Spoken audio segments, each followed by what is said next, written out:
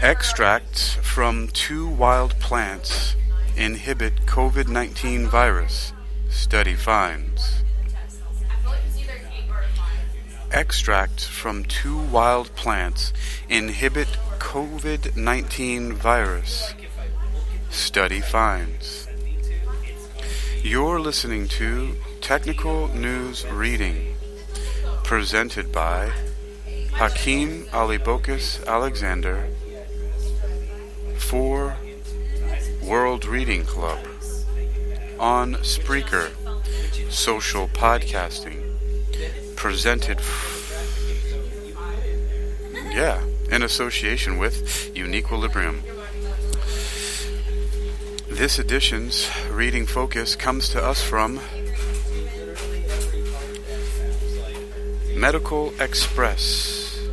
It was published on February 10th, 2023 by Carol Clark. We have a featured image here, and the caption reads, what I'm looking at is Tall Goldenrod, Solidago Altissima. Credit Taranga Samarakun. Tharanga Samarakun.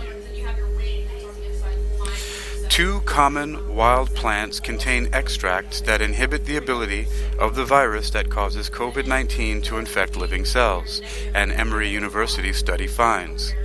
Scientific reports published the results. The first major screening of botanical extracts to search for potency against the SARS-CoV-2 virus.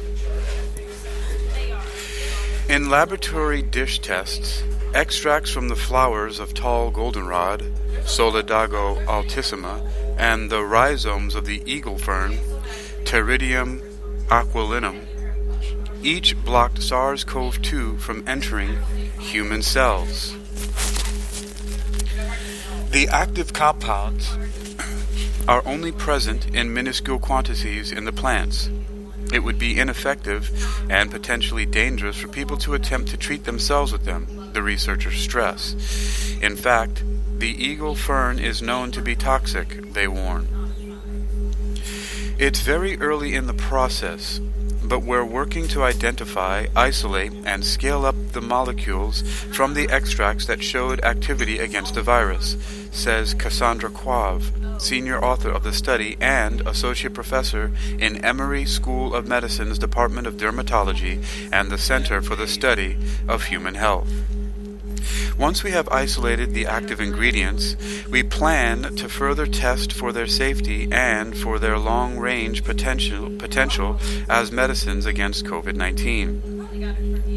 Quave is an ethnobotanist studying how traditional people have used plants for medicine to identify promising new candidates for modern-day drugs.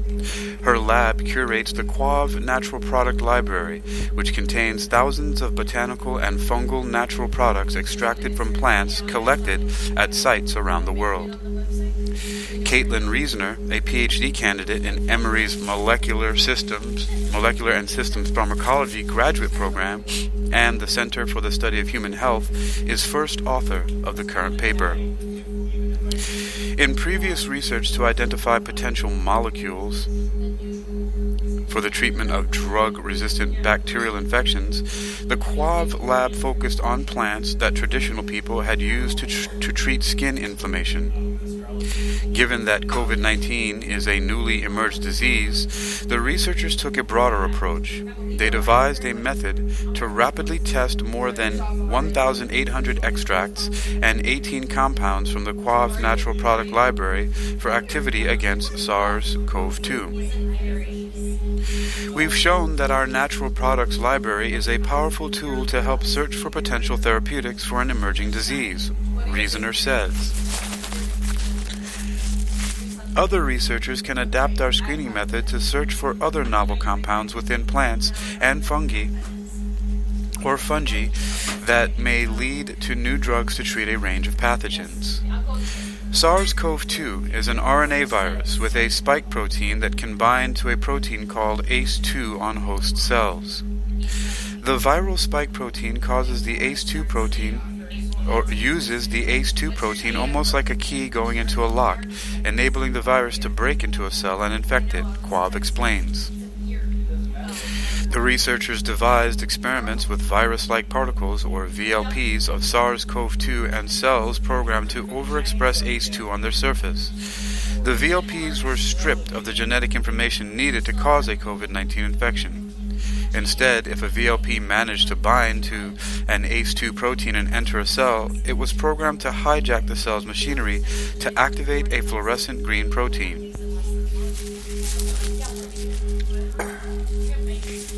A plant extract was added to the cells in a petri dish before introducing the viral particles. By shining a fluorescent light on the dish, they could quickly determine whether the viral particles had managed to enter the cells and activate the green protein.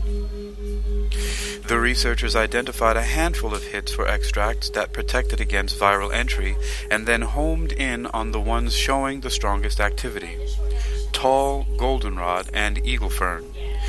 Both plant species are native to North America and are known for traditional medicinal uses by Native Americans. Additional experiments showed that the protective power of the plant extracts worked across 4 variants of SARS-CoV-2: alpha, theta, delta, and gamma. To further test these results, the Quav Lab collaborated with co-author Raymond Shinatsi, Emory Professor of Pediatrics, Director of Emory's Division of Laboratory of Biochemical Pharmacology, and co-director of the HIV Cure Scientific Working Group within the NIH-sponsored Emory University Center for AIDS Research. A world leader in antiviral development, Shinatsi is best known for his pioneering work on breakthrough HIV drugs. The higher biosecurity rating of the Shinatsi lab enabled the researchers to test the 2 plant extracts in experiments using infectious SARS-CoV-2 virus instead of VLPs. The results confirmed the ability of the tall goldenrod and eaglefern extracts to inhibit the ability of SARS-CoV-2 to bind to a living cell and infect it.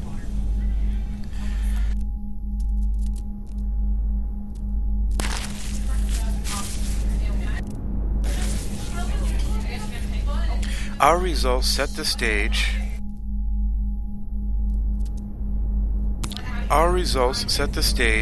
for the future use of natural product libraries to find new tools or therapies against infectious diseases, Quav says. As a next step, the researchers are working to determine the exact mechanism that enables the 2 plant extracts to block binding to ACE2 proteins. For Reasoner, one of the best parts about the project is that she collected samples of tall goldenrod and eaglefern herself.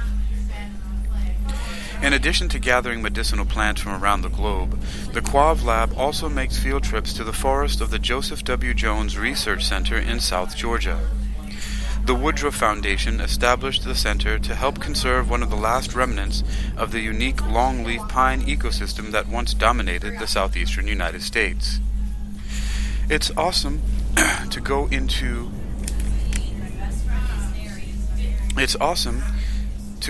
nature to identify and dig up plants, Reasoner says. That's something that few graduate students in pharmacology get to do. I'll be covered in dirt from head to toe, kneeling on the ground and beaming with excitement and happiness. She also assists in preparing the plant extracts and mounting the specimens for the Emory Herbarium. When you collect a specimen yourself and dry and preserve the samples, you get a personal connection, she says. It's different from someone just handing you a vial of plant material in a lab and saying, "Analyze this." After graduating, Reasoner hopes for a career in outreach and education for science policy surrounding research into natural compounds. A few of the more famous medicines derived from botanicals include aspirin from the willow tree, penicillin from fungi, and the cancer therapy Taxol from the yew tree.